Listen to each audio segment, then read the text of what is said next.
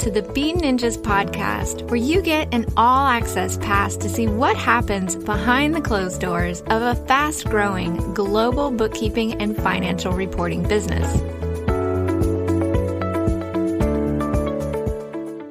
Hey everyone, welcome back to another episode of the Be Ninjas podcast.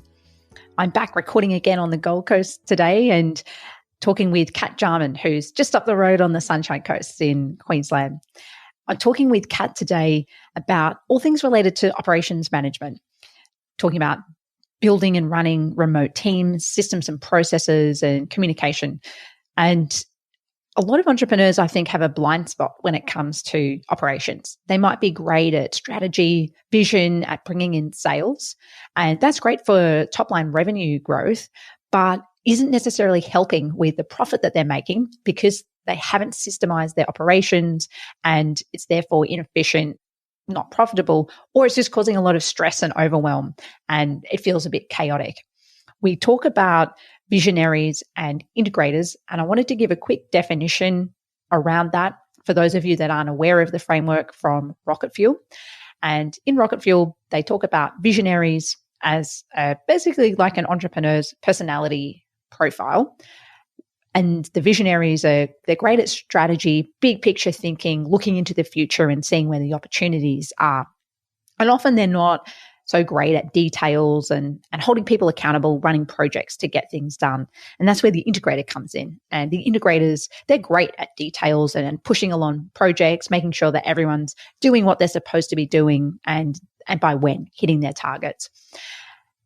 And within the context of the Rocket Fuel framework, the integrator role is very similar to an operations manager or an online business manager. So having that context, I think, will help with the discussion that I have with Kat. Enjoy. I'm sure there's some juicy tips in there that you can apply in your own businesses. Hey, Kat, welcome to the show. Hey there. Thank you so much for having me. So, Kat, you're the founder of your online team, which is a boutique online business management agency. Could you start by explaining what is an online business manager? That is an excellent question. So an online business manager it's probably a term that's only sort of been a thing, I guess, over the last couple of years. And some people know it as an online business manager, but in more traditional terms, I would say that it's more, if you think of it as an operations manager or perhaps a project manager, that sort of thing. So we help online business owners predominantly. We have a few brick and mortar businesses that we help, but mostly online business owners free themselves up from the day-to-day operations of their business so that they can get on with doing the more important things that they should be doing that comes with being CEO of their company. Wow, that sounds super helpful. I know just from the entrepreneurial circles that I'm part of that a lot of entrepreneurs are great at the idea, the vision, strategy, relationships, but when it comes to to-do lists or getting the repetitive work done, they might not be so strong in that area. But sometimes they need a bit of help identifying that weakness too. That is true. That is true. Yeah. And most entrepreneurs, you think about the lifespan of an entrepreneur, they're probably bootstrapping it when they begin. So they wear all the hats and then eventually, hopefully they become successful and they start to make some money and things get busier. They hire a team and that's when wearing all the hats doesn't necessarily work out very well because most of the entrepreneurs, like you just said, are the visionary. And the visionary generally is a really, really bad operations manager. So the two don't really go hand in hand that well. It works okay when the business is smaller, but as the business starts to grow, that's when trouble can really start. And let's dig into that a little bit. There might be some people listening to this that might identify with being a visionary, but not have had that defined before. Mm-hmm. So and I know I touched on that briefly, but what are some of the traits you see of these entrepreneurs that could really benefit from an online business manager? Or what are some of the problems that they're facing in their business or some of the things that they're not doing that well? Yeah. So some of the problems that we see, we quite regularly hear people say things like, I spend all day answering questions from my team, or I have no idea what my team is doing, or I have to do everything myself because nobody else knows how to do it. The entrepreneur that is perhaps working 50 or 60-hour weeks, and they know that they don't want to do that, but they can't see any way out because they kind of feel like nobody does things as well as they do, and they don't have the organizational skills to be able to break that down and go, okay, how can I get myself out of this mess? Because they're so big picture. Visionaries are generally really big picture. And if you take that and then try and break it down into little steps and go, okay, how am I going to get myself out of this? There's just a disconnect in their brain between taking the big picture and then breaking it down and being able to, think about, okay, my team, how can I use them more effectively? What can I do to make sure that I put procedures in place so that they know what they're doing on a day-to-day basis? That just doesn't really come naturally to most entrepreneurs. And how did you get into this business or discovering that there was an opportunity in the market? Could you give a little bit of the backstory around that? Of course. So it was a little bit by accident because I tend to lean a little bit more towards the visionary entrepreneur type. And so I ran my own online business for probably 4 or 5 years until I had my second child. And when she was a baby, I was just tired and I didn't really want to run my own business anymore because it was still in, the moderately successful phase. I was still doing a lot of things myself, and having a newborn, I just didn't want to be all the things to my business anymore. So I literally just stopped doing it and started doing some work in a project management capacity for some of my more successful entrepreneurial friends. And that's kind of how it evolved. I realized that a lot of them just needed somebody that was similar level to them in experience and had the ability to be organized, push projects forward, help out managing teams and things like that.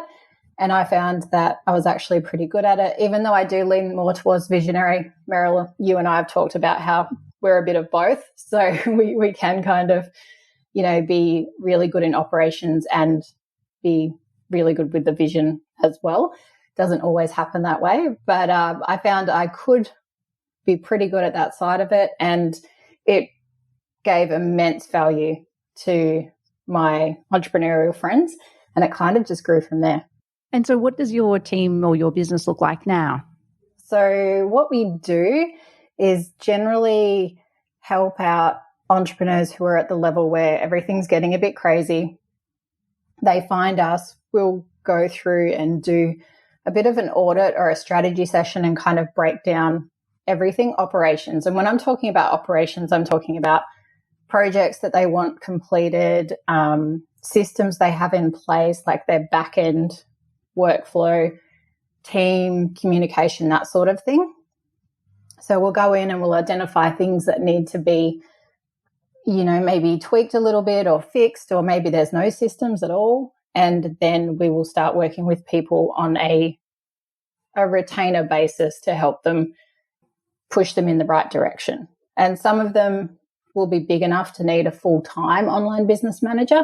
Generally, that's not what we're offering. We're kind of bridging the gap between somebody being able to use us for 10 hours a week as opposed to someone needing a 40-hour a week full-time online business manager. Yeah.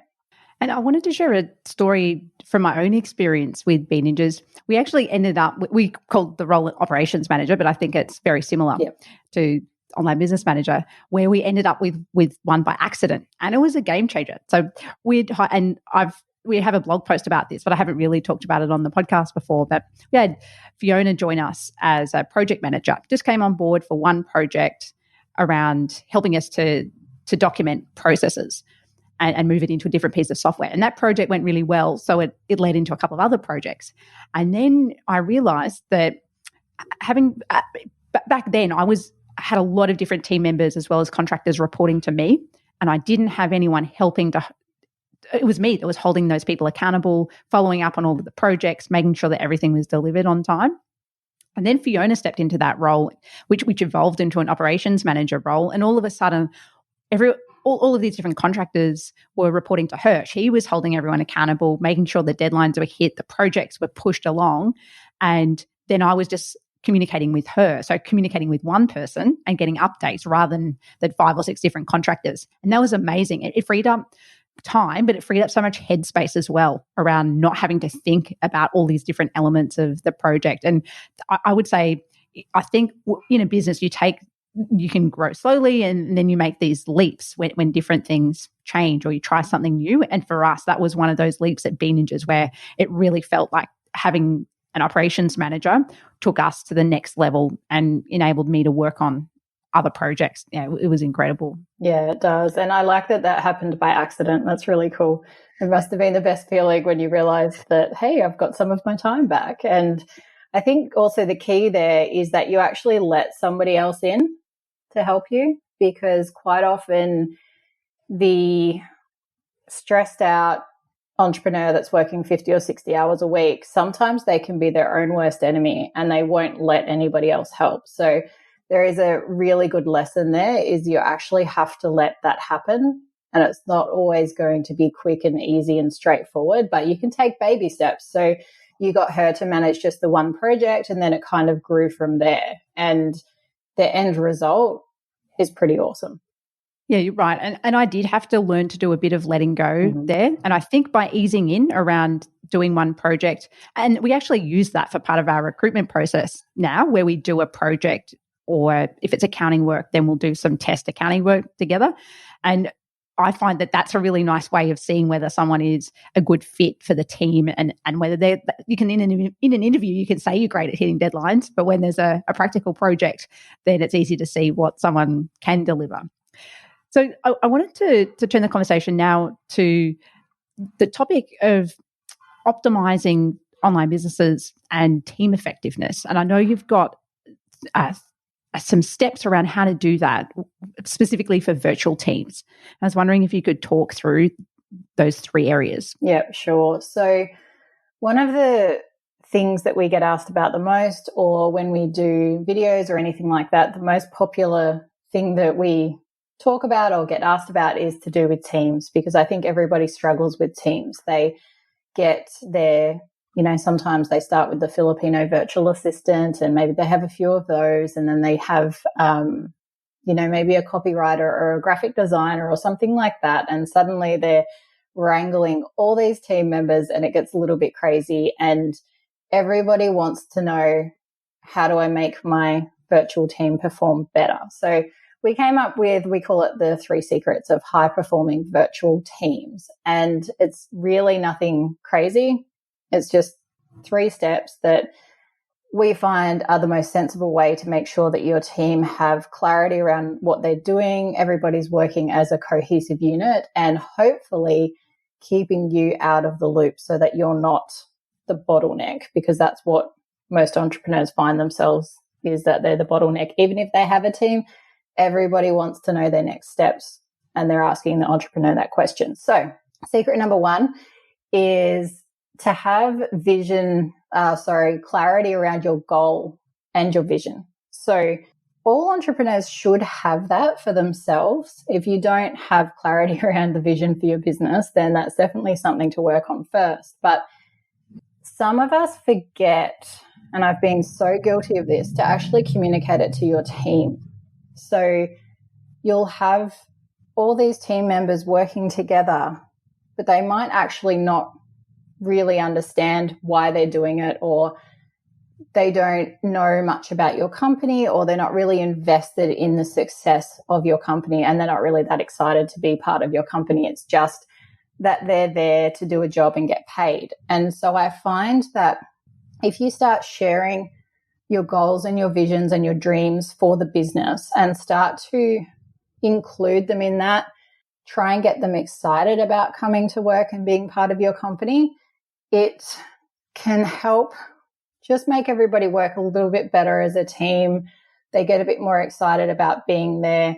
They like hearing more from you. Most of your team members actually want to hear more from you, because a lot of entrepreneurs, we can kind of keep our team at arm's length. And so you don't have to have a bazillion team meetings or anything like that, but when you do talk to them, let them know what's happening.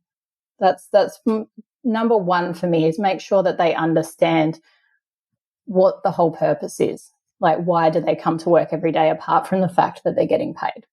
It took us a little while to realize that at Bean Ninjas. I think it was probably 18 months into our business that we actually really sat down and articulated the vision. And before that, I think the core team who I was interacting with regularly kind of knew the vision.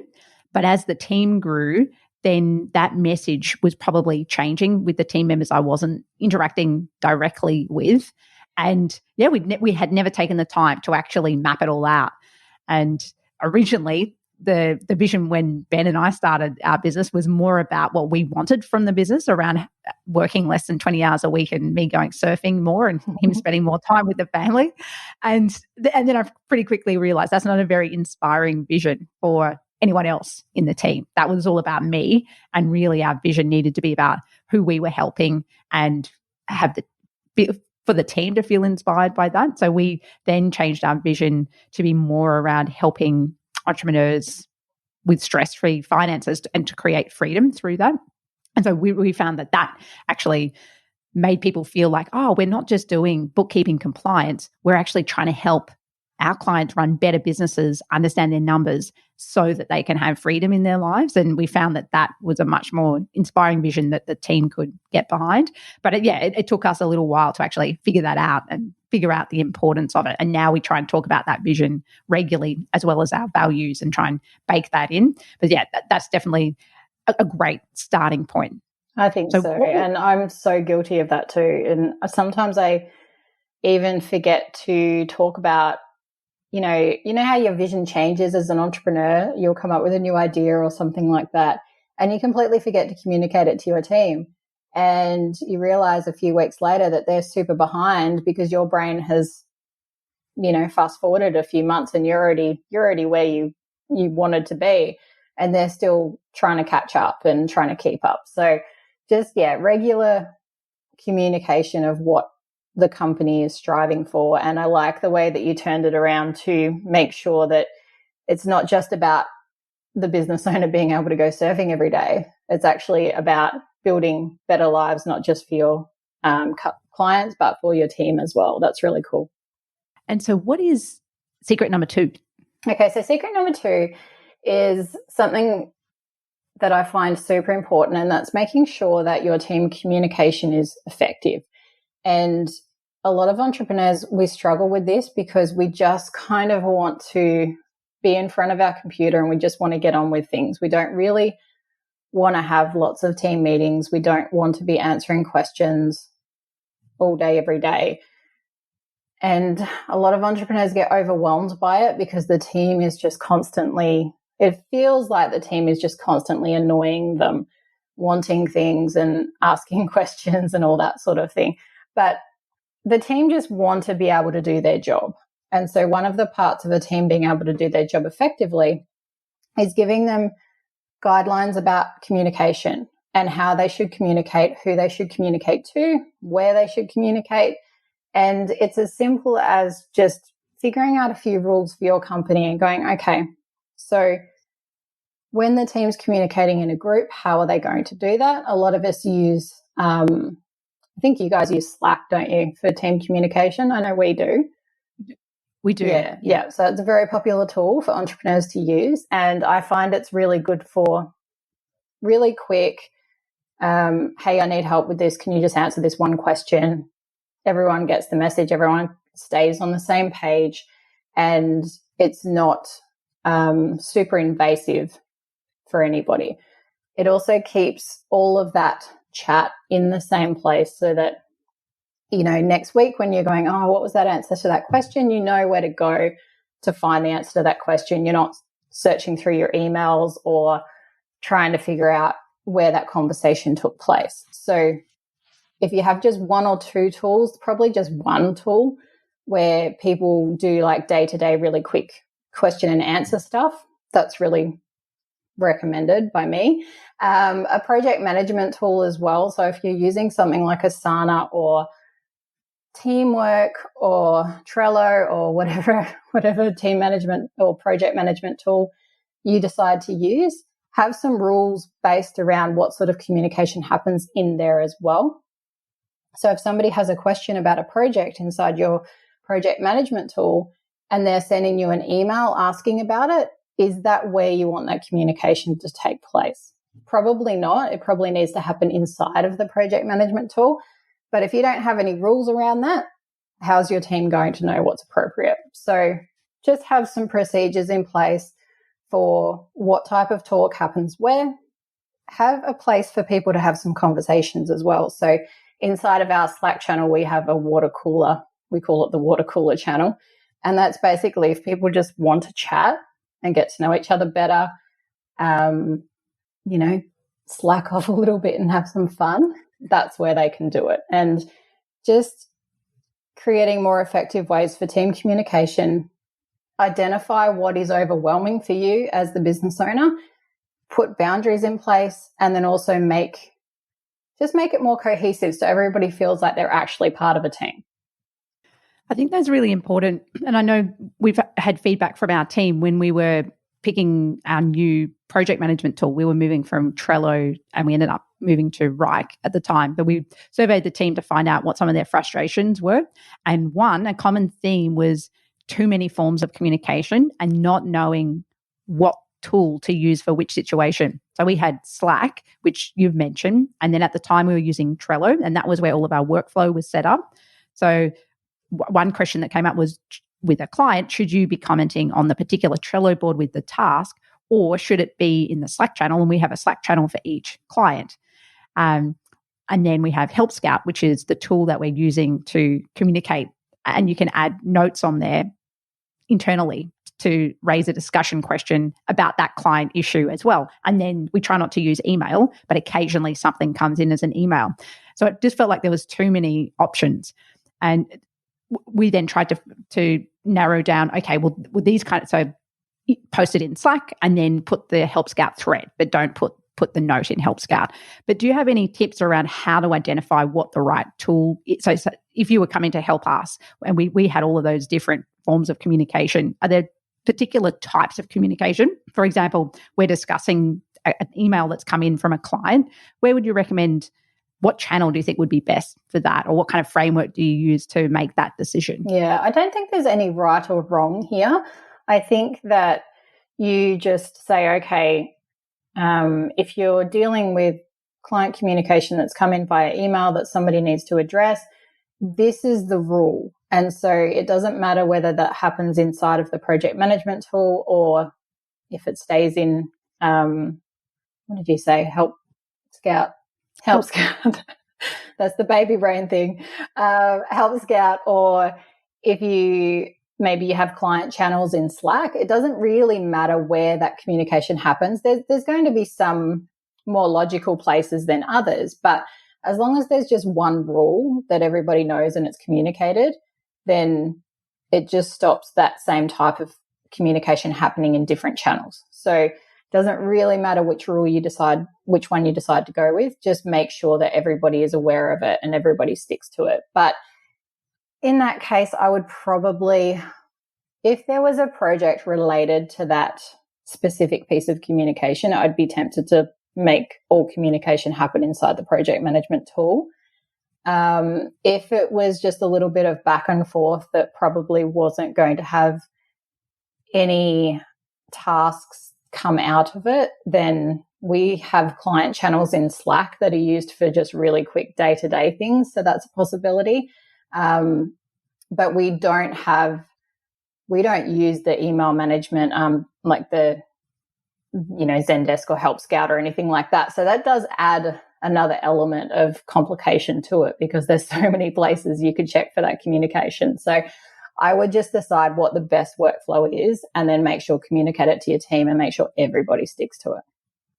Yep. So here it's consistency that is the most important thing. It's not whatever method you decide. So it's all about making a decision and then having the team be clear about that. Exactly. Related to communication, I think this is actually a really important topic that sometimes isn't talked about enough. So I've got a couple of other things related to communication. One is it's something that we do internally with virtual teams with different time zones. it can be challenging. Things can really slow down if I write to someone over in Europe and I haven't been specific enough in my request and they have to ask a question back and then I don't get that till the next day and then I'm not specific enough again. And so something we talk about internally is trying to, if I'm writing a piece of communication, even though it's really tempting in Slack just to whiz something off really quickly and have a conversation, but different time zones make this really slow. So I try and ask team members to ask the question to themselves, well, what if I was on the receiving end of this message? Have I been specific? Have I been precise? Or will the other person have questions?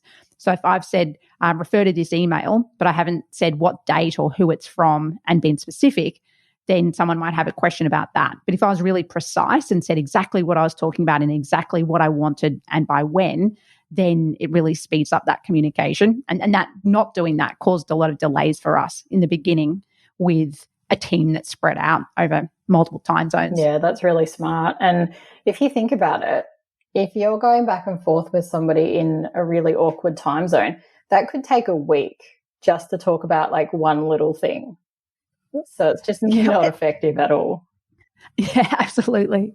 And the next one's a question for you. Around Slack, I've noticed that a lot of people, especially if they're new to Slack, they're usually better at managing, not missing things in email because they move it out of their inbox when it's been actioned. And I really don't like using email as a task list, but it seems to be a good way for someone to make sure they do something. Whereas in Slack, it's very easy to open something. So you can see that there's a channel that has a message for you. But then if you don't reply to it straight away, then it's easy for that to get missed. So do you have any tips around how to effectively use Slack to prevent just missing things or not replying? Yes, definitely. So we had a team member come on board with us earlier in the year, and they weren't familiar with online business at all. So they had never used Slack and they'd never really used any of the sort of like messaging channels or anything. So that particular team member was missing things all the time. If they weren't tagged in it, even though the little notification still comes up, they wouldn't get it. Even if they were tagged in something, as you were saying, like they might have read it at the time and then completely forgotten about it. So that actually forced us to put a lot of rules in place around how to use Slack and how to make sure that not only do we make sure that we action things that come through on Slack, we also communicate that to whoever the person was that sent the message in the first place. So if you have a rule that says everybody has to acknowledge something if they've been tagged in something or if they've actually specifically been asked to do a task, we have a rule in our company that says everybody must respond to make sure that they're just confirming that they've seen it and that they'll action it. Even if it's just doing it with like the thumbs up emoji or whatever it is, it just makes people aware and it makes the original communicator not sit there feeling like, hang on, am I talking to myself? Did anybody get that message? Is anybody going to do anything about it? So just make sure that there's a rule in place for everybody to respond. And we actually make everybody respond to a lot of things just because we want our team to be all over like the whole business. You might not need that in your business. You just might need the person who's been tagged to respond or whatever it is. But think about the rules that apply for your business and put them into place. Another thing that we use quite often is there's a feature in Slack where if you're asked to do something, you can actually, what do you call it? You star the message. Like there's a little star thing that you can click. And there's going blank on what a Zapier zap that you can use, which will send that to Asana for us. And so basically it's sending something that needs to be actioned from Slack where it's probably not going to get actioned because it might get forgotten about. And it's putting it in the project management tool, which means that it has to be actioned because that's everything inside of our project management tool is a task that will be assigned to somebody that needs to get action. So that gets used quite often. Anything that needs actioning, we star it. It appears in a project in Asana, which we call the inbox. And then it's somebody's job every day to make sure the inbox gets emptied and everything gets assigned. So that's probably one of our little tricks that we use the most. That's a good process. I know our operations manager is great at that. If we're having a conversation in Slack, then I'll see that pop up in Rike, which is our project management system, if it's a task, because Slack is a terrible project management system. It's so easy to lose things. And so I really appreciate that she's very disciplined with that. But it either requires the whole team to be disciplined with that, or having a process, like you said, that every time something's a task, it gets flagged and moved across to the project management system. Exactly. And these procedures are only as good as your team is at following them as well. So it did take a little bit of time for us to teach people that if I'm speaking to them, and it doesn't matter how I'm speaking to them, if it's in Slack or if it's verbal, and I say something that needs to be actioned, it needs to make its way to Asana. And it did take a little while to teach them that. But once they've got it, it means that everything appears in Asana, nothing's left out, and it just makes life easier for everybody. So I think this is a nice segue into secret number 3. Secret number 3 is talking about the power of systems. And by systems, we mean the procedures and processes and SOPs and everything that you've got happening in the back end of your business that make sure that, because it's kind of all well and good to have all of these things in place. You've communicated your goals and your vision to your team. They're all excited to get started. They know where to communicate. They know how to communicate. But do they actually know what they need to do? So that's where the power of your systems come into place, because one of the biggest problems that the business owner or the entrepreneur has is that everything can be inside of their head. Nobody does things as well as they want them done. And that's where the power of your systems come into place. So lots of businesses don't have any. Some businesses kind of have gotten halfway there. But wherever you're at with your systems, just start to try and think about, okay, what is one thing that I'm doing today that I don't necessarily have to do? See if you can systematize that.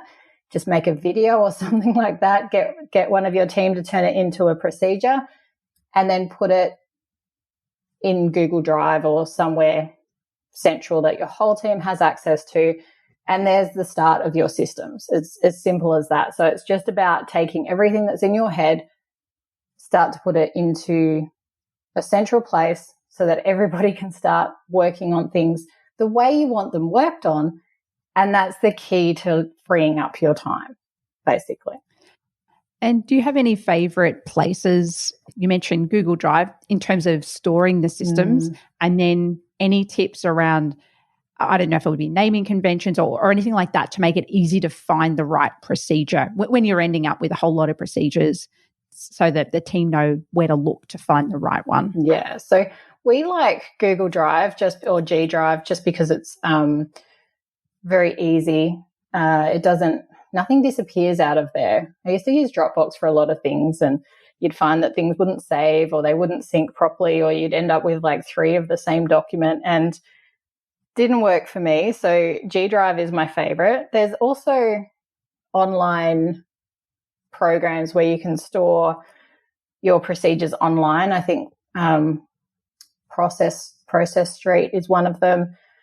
They're really good. They'll charge you a monthly fee, but your procedures will look really fancy and they'll be housed in like an online library, which is really cool. So if you've got the budget for that, that's a bit of fun. And they do make it very easy to create your systems and your processes.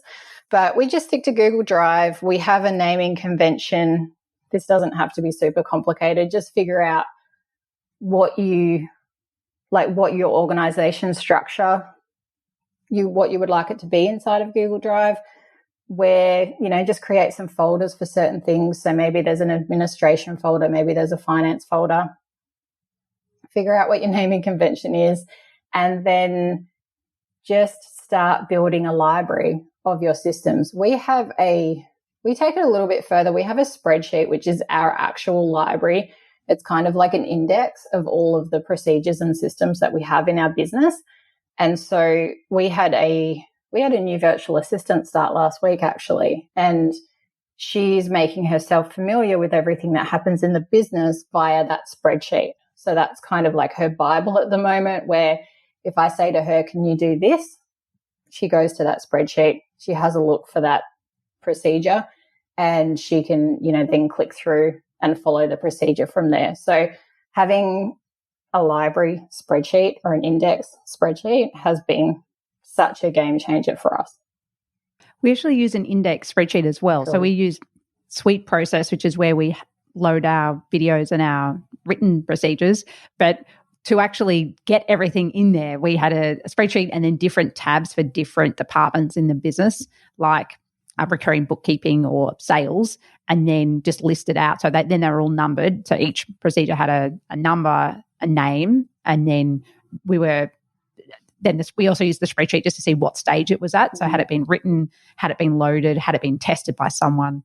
And so it's a really nice resource to have a snapshot of the names and where everything is, to make it a bit easier to find. We can do that in Suite Process as well, but we found that spreadsheet really useful.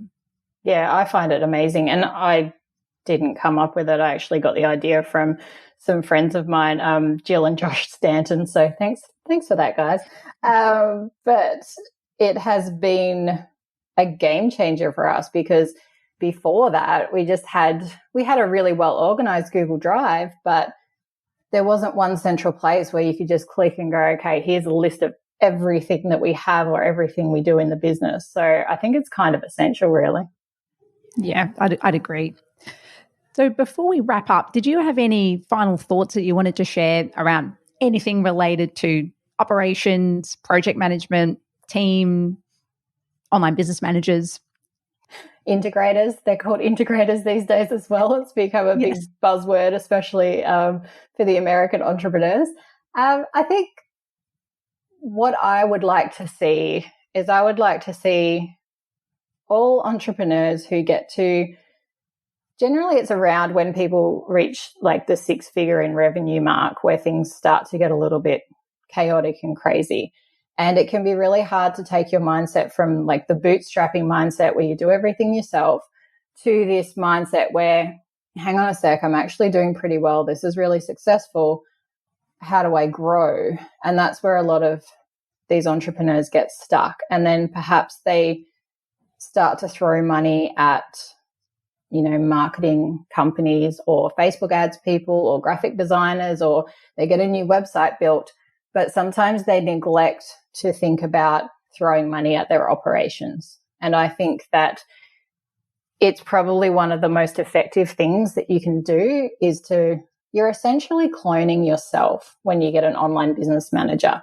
And if you've ever said to yourself, I wish there was 2 of me, this is kind of as good as it gets, or as close as it gets. So just be open to getting some help from somebody who is high enough level that they can understand what your vision is, somebody who has a bit of an organizational project management mindset so that they're really good at getting into the details and making sure things are done, and put some time into thinking about what you can do to make your team more effective, but at the same time protect your time and your brain space as the entrepreneur. Because if you burn yourself out working in your operations, everything's just going to come to a standstill, and that's what we hate to see. So just put a little bit of thought behind what would happen if you had a right-hand person, and just see if you can make that happen. I think it's just essential for everybody